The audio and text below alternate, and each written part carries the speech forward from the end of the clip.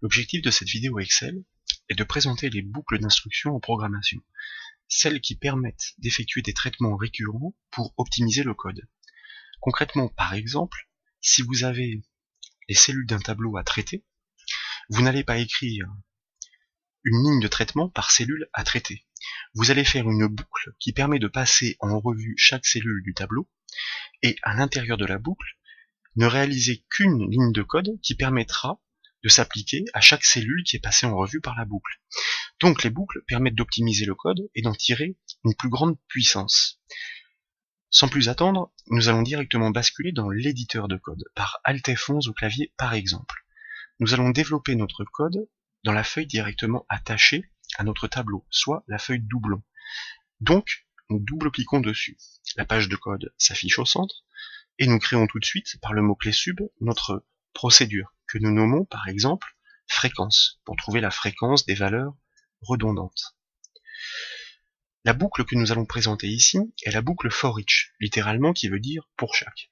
Ça veut dire qu'elle va permettre de passer en revue chaque cellule du tableau, ou plus précisément ici, chaque cellule de la sélection. Le principe de cette boucle est que l'élément qui parcourt le groupe d'éléments doit être du même type que le groupe. En l'occurrence, le groupe d'éléments que nous parcourons ici est l'objet selection. C'est un objet de type range en VBA Excel, ça veut dire plage de cellules. Donc l'objet que nous allons utiliser pour parcourir la sélection doit être déclaré et du même type, comme un range. Pour déclarer, vous le savez, nous utilisons le mot-clé dim, nous appelons notre variable cellule, que nous déclarons as comme un range, c'est-à-dire comme une plage de cellules. VBA Excel corrige la casse, et nous pouvons tout de suite commencer l'écriture de notre boucle for each pour présenter sa syntaxe. Tout d'abord, les deux mots-clés for et each. Bon, il y a un F majuscule et un E majuscule, mais VBA va nous le corriger. Et là, le but du jeu est de dire pour chaque cellule dans la sélection. Donc pour chaque cellule, nous l'avons déclaré comme un range, donc tout va bien. In, c'est un mot-clé de la syntaxe selection. Ça, c'est le mot-clé VBA Excel qui désigne la plage de cellules présélectionnée. Comme toute instruction, il faut la boucler, donc ça se fait avec le mot-clé next suivi de la variable que l'on utilise pour parcourir le groupe sélection. Littéralement, ça veut dire quoi? For each cellule in selection. Pour chaque cellule dans la plage de cellules sélectionnées. Ici, il y aura les traitements. Une fois les traitements terminés, next cellule, nous passons à la cellule suivante. Et ainsi de suite, tant que nous ne sommes pas arrivés à la dernière. Pour faciliter les actions, nous allons tout de suite ajouter un bouton sur la feuille qui permettra de déclencher le code. Pour ce faire, et comme vous le savez, nous passons par le ruban développeur, nous cliquons sur le bouton insérer, nous choisissons le bouton, nous le traçons directement sur la feuille, nous lui affectons notre macro avec la boîte de dialogue qui se déclenche, nous validons, et nous en profitons pour changer le texte, qu'il soit plus parlant, par exemple fréquence, comme ceci. Lorsque nous cliquons sur le bouton, à ce stade, que nous sélectionnions ou non le tableau, vous remarquez qu'il ne se produit rien. En tout cas, il n'y a pas d'erreur. Il ne se produit rien, ce qui est tout à fait normal, puisque à ce stade, nous n'avons fait que déclarer notre variable et initialiser notre boucle d'instruction. Et à l'intérieur de la boucle, il n'y a aucun traitement. Donc, VBA Excel parcourt bien notre code, mais il n'y a rien à faire. Pour pouvoir tester notre boucle et savoir si elle est fonctionnelle, nous allons mémoriser à chaque passage la valeur de chaque cellule consultée dans une variable. Alors pour ne pas nous embêter, nous allons déclarer sur la même ligne grâce aux deux points une variable de type texte que nous allons nommer arbitrairement mémoire, as. Donc un texte c'est un string, as, string. Et à chaque passage, nous allons ajouter à la variable mémoire la valeur en cours de la cellule. Donc pour lui ajouter ce qu'elle a déjà, on dit qu'elle est égale à elle-même plus, donc le et, touche 1 du clavier, et commercial, concaténation, la valeur en cours de la cellule, donc objet cellule, propriété value, qui désigne la valeur d'un objet de type range, c'est-à-dire ce que contient la cellule, et puis pour que chaque valeur soit explicitement séparée, nous allons concaténer le tout avec un tiret. Et nous allons tester le résultat en revenant sur la feuille et en présélectionnant le tableau et en cliquant sur le bouton. Et vous remarquez que pour l'instant il ne se passe rien. Oui, c'est tout à fait normal. Pourquoi? Pourquoi? Parce que c'est bien, nous stockons bien les valeurs dans la variable mémoire, donc, a priori, il n'y a pas de doute, la variable mémoire, à l'issue, a bien stocké les valeurs, sauf que, il nous manque une petite chose, c'est, pour le test, de les afficher à l'utilisateur. Donc, en dehors de la boucle, nous allons afficher ce que contient la variable mémoire. Message box mémoire. Donc, comme vous le savez, le MSG box est une boîte de dialogue qui permet d'afficher ce qu'on lui passe en paramètre. La variable mémoire. Très important de la mettre en dehors de la boucle, parce que si vous la mettez dans la boucle, ça veut dire qu'à chaque passage, la boîte de dialogue va se déclencher. Donc s'il y a 100 cellules, vous aurez 100 boîtes de dialogue à valider. Nous revenons sur notre feuille, sélectionnons de nouveau les valeurs, nous cliquons sur le bouton fréquence, et là vous remarquez que en instantané, concaténé, apparaissent toutes les valeurs des cellules, les unes à la suite des autres, 0 à 36 de la première à la dernière. Donc le test nous permet de confirmer que notre boucle fonctionne très bien. Il s'agissait d'un test, donc nous allons supprimer le message box, nous allons supprimer l'affectation de la variable mémoire et la déclaration de la variable mémoire. Par contre, maintenant on va déclarer les variables directement utiles. Ce dont nous avons besoin, c'est dans un premier temps une variable qui va permettre de pouvoir compter le nombre de fois où la valeur de chaque cellule est répétée, pour savoir si c'est un doublon, triplon, quadruplon. On va l'appeler fréquence. Dim, fréquence, on va la déclarer comme un entier. Mais un entier court, parce que même si elle se répétera jamais plus de 10, 15, 20 fois, il n'y a que 40 valeurs dans le tableau. Donc on va utiliser le byte, qui permet de stocker des valeurs de type entier de 0 à 255. C'est largement suffisant. Et ensuite, vous allez comprendre pourquoi, on va déclarer respectivement la variable ligne, là aussi as byte, ainsi que la variable colonne, encore une fois, as byte. L'objectif est de pouvoir savoir à chaque passage dans la première boucle, je dis bien la première, puisque vous allez voir, on va en ajouter une seconde. L'objectif est donc de savoir à quel indice de ligne et de colonne nous trouvons. Pourquoi? Parce que le principe sera, pour chaque cellule que nous parcourons dans la boucle, de la comparer avec, de nouveau, toutes les cellules du tableau. Donc, de nouveau, nous allons faire une autre boucle à l'intérieur de la première boucle. Nous allons commencer à chaque passage, dans la première boucle, donc, par réinitialiser la variable fréquence. Pourquoi? Parce que après traitement, la variable fréquence, nous allons l'incrémenter pour dire, tiens, cette valeur a été répétée 2 fois, 3 fois, 4 fois, et nous en ferons quelque chose. Mais lorsque nous allons traiter une nouvelle cellule, eh bien, il faut remettre cette valeur à 0 pour pouvoir de nouveau l'incrémenter pour cette nouvelle cellule. Donc, nous l'affectons, nous la réinitialisons à la valeur 0 à chaque passage dans la boucle, c'est-à-dire à chaque nouvelle cellule. Le principe ici, c'est que pour chaque cellule parcourue, il faut être capable de la comparer à la valeur de toutes les cellules du tableau de la sélection. Donc on a besoin d'une deuxième boucle, donc on a besoin d'un deuxième objet qui permet de parcourir cette sélection, que l'on va appeler par exemple cellule 2, et forcément, comme tout à l'heure, c'est un range.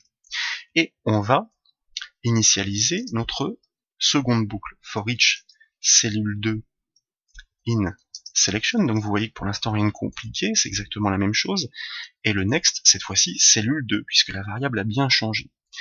Le principe ici est de dire que si les valeurs sont identiques, il s'agit d'un doublon. Oui, mais attention, parce que dans la deuxième boucle, nous parcourons de nouveau toutes les cellules du tableau, de la sélection, donc la cellule en cours y compris. Il faut d'abord s'assurer que la cellule à laquelle nous la comparons n'est pas elle-même. C'est pour ça que nous avons les variables lignes et colonnes que nous devons affecter à l'indice de ligne en cours et l'indice de colonne en cours. Comment? Eh bien comme ceci, ligne est égale à l'objet cellule.row. Row pour ligne, donc, c'est la propriété d'un objet de type range qui définit l'indice de ligne. Et puis, avec les deux points pour pouvoir faire l'affectation sur la même ligne, on fait la même chose avec la variable colonne, qu'on affecte, vous l'avez compris, à cellule.colonne, qui est la propriété qui définit l'indice de colonne d'un objet de type range, en l'occurrence ici, notre cellule. Une fois que l'on a ça, le but du jeu pour pouvoir faire la comparaison est donc de s'assurer que la cellule à laquelle nous comparons la valeur n'est pas elle-même, donc que les indices de ligne ou de colonne sont différents. On utilise pour ce faire un test avec l'instruction if que l'on a présentée déjà dans une autre vidéo Excel, qui consiste à dire que si la ligne en cours que nous venons d'affecter est bien différente de la ligne de la cellule que nous sommes en train de parcourir dans la deuxième boucle, cellule 2.row, ou que, or, c'est un mot-clé, la colonne est bien différente de la colonne de la cellule 2, donc toujours les propriétés row et colonne pour les objets de type range. Là, j'ai oublié le then, le mot-clé de l'instruction if. Je voulais boucler un peu trop vite mon instruction if. Voilà, je le fais tout de suite. Littéralement, ça veut dire que si les indices de ligne ou les indices de colonne entre la cellule de la première boucle et la cellule de la deuxième boucle sont bien différents, eh bien ça suffit pour dire qu'il s'agit bien de cellules différentes. Dans ces conditions-là, eh bien, si les valeurs sont identiques, donc il y a un autre test à l'intérieur du premier test, ça veut dire si cellule.value est égale à cellule2.value, ben on sait que c'est une redondance, au moins un doublon. Donc on va incrémenter la variable fréquence.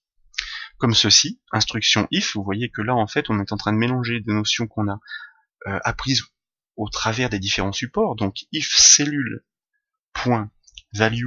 cette fois-ci, est égal à cellule2.value, vous êtes d'accord que ça signifie que les valeurs sont identiques et donc qu'il s'agit au moins d'un doublon comme on l'a dit tout à l'heure. Then, endif, ne jamais oublier de fermer une instruction. Donc vous voyez que là, comme on dit en langage de programmation, on indente, ça veut dire qu'on décale sur la droite pour plus de clarté et de lisibilité dans le code. Donc, si dans cette deuxième boucle que l'on parcourt pour comparer à la cellule de la première boucle, nous constatons d'une part qu'il ne s'agit pas des deux mêmes cellules et d'autre part que leurs valeurs sont identiques, forcément c'est un doublon, donc nous utilisons enfin notre variable fréquence que nous incrémentons, ça veut dire que nous lui ajoutons 1. Nous récupérons l'ancienne valeur, fréquence égale fréquence plus 1. Ok jusque là. Bon, on va juste tester, sauf que au final, normalement, on constate qu'il n'y a pas d'erreur, mais il n'y a pas plus de résultats visuels. Pourquoi ? Parce qu'il s'agit d'un traitement sous forme de variable, mais ces variables, pour l'instant, on n'en fait rien. L'objectif est de dire, une fois qu'on a fini le traitement de la deuxième boucle, c'est-à-dire cellule 2, ça veut dire que on a comparé toutes les cellules du tableau à la cellule qui est en cours dans la première boucle.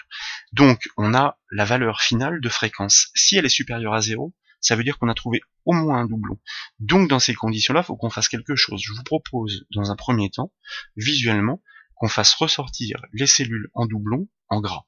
Donc, le test, et vous voyez que le if, on en a besoin souvent, si la fréquence est supérieure à 0, à ce moment-là, then, on n'oublie pas de fermer l'instruction if, de la boucler, on va tout simplement mettre les cellules en gras, donc l'objet cellule a une propriété qui se nomme font, qui désigne la police. La police c'est un peu trop large parce que ça peut être la taille, comme le gras, comme d'autres choses, la couleur. Nous avons la propriété dérivée bold, qui signifie gras, qui peut être soit vrai, soit fausse, donc en l'occurrence ici true, pour vrai, pour lui dire qu'on la met bien en gras. Quel est le résultat ? On va tester ça tout de suite, les cellules sont bien sélectionnées, on clique sur le bouton fréquence et regardez, c'est quasi magique, vous remarquez que tous les doublons, voire les triplons, quadruplons, passent en gras, en instantané, avec un tout petit code, grâce aux boucles d'instructions qui sont imbriquées les unes dans les autres. Si on veut que ce soit plus visuel, ce que l'on va faire, c'est qu'en même temps qu'on les met en gras, on va augmenter leur taille de police, d'autant plus que la fréquence est élevée. Comme ça, on verra tout de suite ceux qui sont répétés un très grand nombre de fois et ceux qui le sont beaucoup moins. Donc, c'est exactement la même chose, c'est très simple, on retourne dans notre if, notre code est pratiquement terminé, sauf que cette fois-ci, en fait, on va utiliser, bien sûr, la propriété font, c'est la police, mais la propriété dérivée size, pour la taille, et on va dire que c'est égal à la valeur de départ, 11, à laquelle on ajoute la fréquence, plus elle est élevée, bien, plus la police va grossir, et puis, pour grossir un peu l'effet, on va multiplier cette fréquence par 2. Et vous allez voir que le résultat est vraiment très satisfaisant. Lorsque nous sélectionnons la plage de valeurs et que nous cliquons sur fréquence, regardez, en instantané avec un tout petit code, vous constatez tout de suite que le 0 est répété un grand nombre de fois, le 36 aussi, le 13 est assez souvent répété, ainsi que le 6, le 28 un peu moins. Par contre, on voit tout de suite que le 14, le 24 et le 42 ne sont pas redondants, il n'y a pas de doublon, le 27 idem. Donc c'est très visuel. C'est d'autant plus intéressant que il existe bien un outil Excel de mise en forme conditionnelle qui permet de faire ressortir les doublons en couleur, mais pas au-delà, c'est-à-dire pas les triplons, pas les quadruplons. Alors que là, notre code, en quelques lignes et grâce à 2 boucles for each imbriquées, permet directement de déceler quels sont les triplons, les quadruplons, etc. en les faisant ressortir d'autant plus gros qu'ils se répètent. Alors on pourrait aller plus loin derrière. On pourrait en plus faire des annotations pour dire celui-ci ressort 5 fois, celui-ci ressort 6 fois. Mais là, on aura besoin de connaître les tableaux de valeurs. Donc ça fera l'idée d'un prochain support de formation que je vous proposerai bientôt. Voilà pour l'introduction aux boucles d'instructions qui permettent d'optimiser les traitements dans VBA Excel. J'espère qu'elle vous a plu et si c'est le cas, je compte sur vous pour mettre un petit j'aime à la vidéo. Ce sera très sympa de votre part.